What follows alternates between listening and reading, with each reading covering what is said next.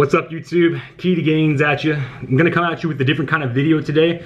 We're gonna be hitting the gym. We're gonna be going in, we're gonna be maxing out on bench press. I just had a surgery done, so I wasn't in the gym for a month. I haven't hit chest in like 2 months. I just got back to it last week, so we're gonna go in and max out and see where I'm at. So stay tuned.